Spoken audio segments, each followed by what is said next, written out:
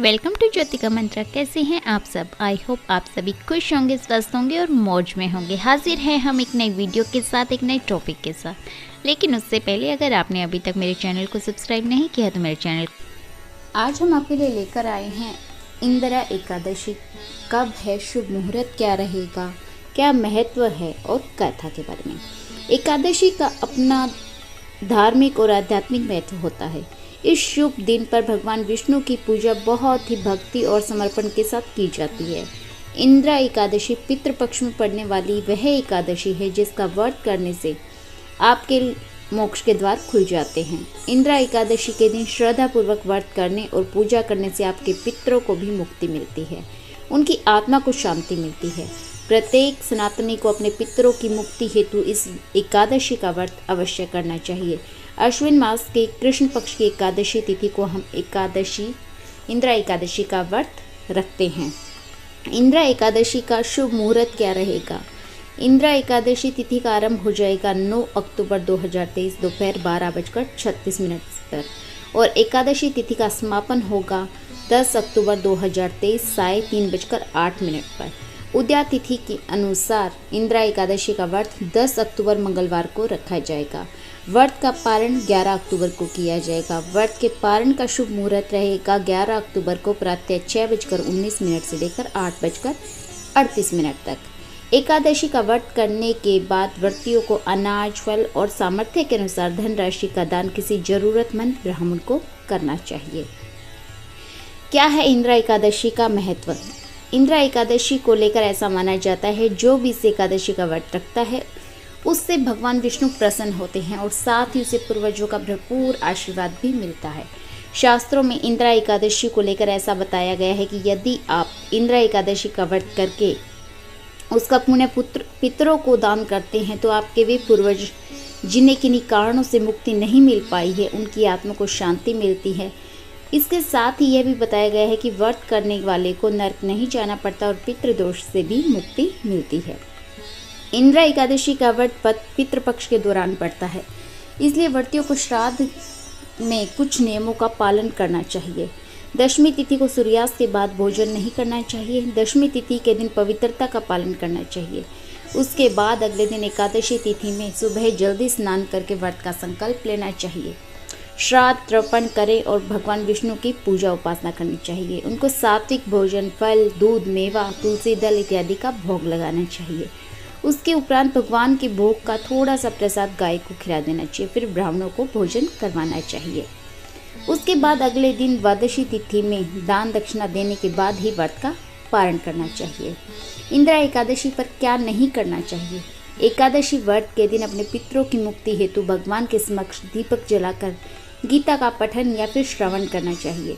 यदि संपूर्ण गीता का पठन संभव नहीं है तो कम से कम 7वें अध्याय का पठन श्रवण जरूर करना चाहिए। भगवान से अपने पितरों की मुक्ति हेतु प्रार्थना करनी चाहिए। संध्या के समय घी का दीपक तुलसी मैया के आगे जरूर जलाना चाहिए और वहाँ भी अपने पितरों की मुक्ति की प्रार्थना करनी चाहिए। इंदिरा एकादशी पर हमें भगवान विष्णु के मंत्रों का जाप करना चाहिए, जिनमें से कुछ शक्तिशाली मंत्र हैं। वह है ओम नमो भगवते वासुदेवाय। दूसरा मंत्र है हरे कृष्णा कृष्ण कृष्ण हरे हरे, हरे राम राम राम हरे हरे। उसके बाद आता है अगला मंत्र ओम नमो नारायण श्रीमन नारायण हरि हरि। तो आप इन मंत्रों का जाप भी कर सकते हैं। इसके अलावा आप विष्णु गायत्री मंत्र का भी जाप कर सकते हैं। ओम नारायणाय विद्महे वासुदेवाय धीमहि तन्नो विष्णु प्रचोदयात्। और आप इन मंत्रों का जाप करें और उसके बाद हम आपको बताएंगे इंदिरा एकादशी की व्रत कथा के बारे में। तो चलिए शुरू करते हैं इंदिरा एकादशी की व्रत कथा। धर्मराज युधिष्ठिर कहने लगे, हे भगवान, मैंने भाद्रपद शुक्ल पक्ष अर्थात पार्श्व एकादशी का विस्तार वर्णन सुना। अब आप कृपा करके मुझे अश्विन कवार माह के कृष्ण पक्ष की एकादशी के विषय में बतलाइए। इस एकादशी का क्या नाम है तथा इसके व्रत का क्या विधान है? इसका व्रत करने से किस फल की प्राप्ति होती है? भगवान श्री कृष्ण कहने लगे कि अश्विन एकादशी का नाम इंदिरा एकादशी है। यह एकादशी पापों को नष्ट करने वाली और पितरों को अधोगति से मुक्ति देने वाली होती है। हे राजन, ध्यानपूर्वक इसकी कथा सुने। इसके सुनने मात्र से ही वाजपेयी यज्ञ का यज्ञ फल मिलता है। प्राचीन काल में सतयुग के समय में महिष्मती नाम की एक नगरी में इंद्रसेन नामक एक प्रतापी राजा धर्मपूर्वक अपनी प्रजा का पालन करते हुए शासन करते थे। वह राजा पुत्र, पौत्र और धन आदि से संपन्न और भगवान विष्णु के परम भक्त थे। एक दिन जब राजा सुखपूर्वक अपनी सभा में बैठे थे तो आकाश मार्ग से महर्षि नारद उतरकर अपनी सभा में आए उनकी सभा में आए। राजा उन्हें देखते ही हाथ जोड़कर खड़े हो गए और विधि पूर्वक आसन व अर्घ्य दिया। सुख से बैठकर मुनि ने राजा से पूछा कि हे राजन, आपके सातों अंग कुशल पूर्वक तो हैं, तुम्हारी बुद्धि धर्म में और तुम्हारा मन विष्णु भक्ति में तो रहता है। देव ऋषि नारद की ऐसी बातें सुनकर राजा ने कहा, हे महर्षि, आपकी कृपा से मेरे राज्य में सब कुशल है तथा मेरे यहाँ यज्ञ कर्मादि सुकृत हो रहे हैं। आप कृपया करके अपने आगमन का कारण कहिए। तब ऋषि कहने लगे, हे राजन, आप आश्चर्य देने वाले मेरे वचनों को सुनिए। मैं एक समय ब्रह्मलोक से यमलोक को गया। वहाँ श्रद्धापूर्वक यमराज से पूजित होकर मैंने धर्मशील और सत्यवान धर्मराज की प्रशंसा की। उसी यमराज की सभा में महान ज्ञानी और धर्मात्मा तुम्हारे पिता को एकादशी का व्रत भंग होने का कारण देखा। उन्होंने संदेशा दिया, सो मैं तुम्हें कहता हूँ। उन्होंने कहा कि पूर्व जन्म में कोई विघ्न हो जाने के कारण मैं यमराज के निकट रह रहा हूँ। सो है पुत्र, यदि तुम अश्विन कृष्ण इंदिरा एकादशी का व्रत मेरे निमित्त करो तो मुझे स्वर्ग की प्राप्ति हो सकती है। इतना सुनकर राजा कहने लगी, हे महर्षि, आप इस व्रत की विधि मुझसे कहिए। नारद जी कहने लगे, अश्विन माह की कृष्ण पक्ष की दशमी के दिन प्रातःकाल श्रद्धापूर्वक स्नान आदि से निवृत्त होकर पुनः दोपहर को नदी आदि में जाकर स्नान करें। फिर श्रद्धापूर्वक पितरों का श्राद्ध करें और एक बार भोजन करें। प्रातःकाल होने पर एकादशी के दिन दातुन आदि करके स्नान करके फिर व्रत के नियमों को भक्तिपूर्वक ग्रहण करें और प्रतिज्ञा करें कि मैं आज संपूर्ण भोगों को त्याग कर निराहार एकादशी का व्रत करूंगा। हे अच्युत, हे पुंडरीकाक्ष, मैं आपकी शरण हूँ, आप मेरी रक्षा कीजिए। इस प्रकार नियम पूर्वक शालिग्राम की मूर्ति के आगे विधि पूर्वक श्राद्ध करके योग्य ब्राह्मणों को फलाहार का भोजन कराए और दक्षिणा दे। पितरों के श्राद्ध से जो बच जाए उसको सूंघकर गौ को दान दे और धूप, दीप, गंध, पुष्प, नैवेद्य आदि सब सामग्री से ऋषिकेश भगवान का पूजन करे।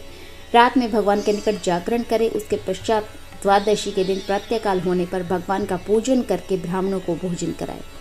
भाई, बंधुओं, स्त्री और पुत्र सहित आप भी मौन होकर भोजन करें। नारद जी कहने लगे कि हे राजन, इस विधि से यदि तुम आलस्य रहित होकर इस एकादशी का व्रत करोगे तो तुम्हारे पिता अवश्य ही स्वर्गलोक को जाएंगे। इतना कहकर नारद जी अंतर्ध्यान हो गए। नारद जी की कथानुसार राजा द्वारा अपने बंधुओं व दासों सहित व्रत करने से आकाश से पुष्प वर्षा हुई और उस राजा का पिता गरुड़ पर चढ़कर विष्णु लोक को गया। राजा इंद्रसेन भी एकादशी के व्रत के प्रभाव से निष्कंटक राज्य करके अंत में अपने पुत्र को सिंहासन पर बैठाकर स्वर्गलोक को गए। हे युधिष्ठिर, यह इंदिरा एकादशी के व्रत का महत्व मैंने तुमसे कहा है। इसके पढ़ने और सुनने से मनुष्य के सब पापों से छूट जाते हैं और सब प्रकार के भोगों को भोगकर वैकुंठ को प्राप्त होते हैं।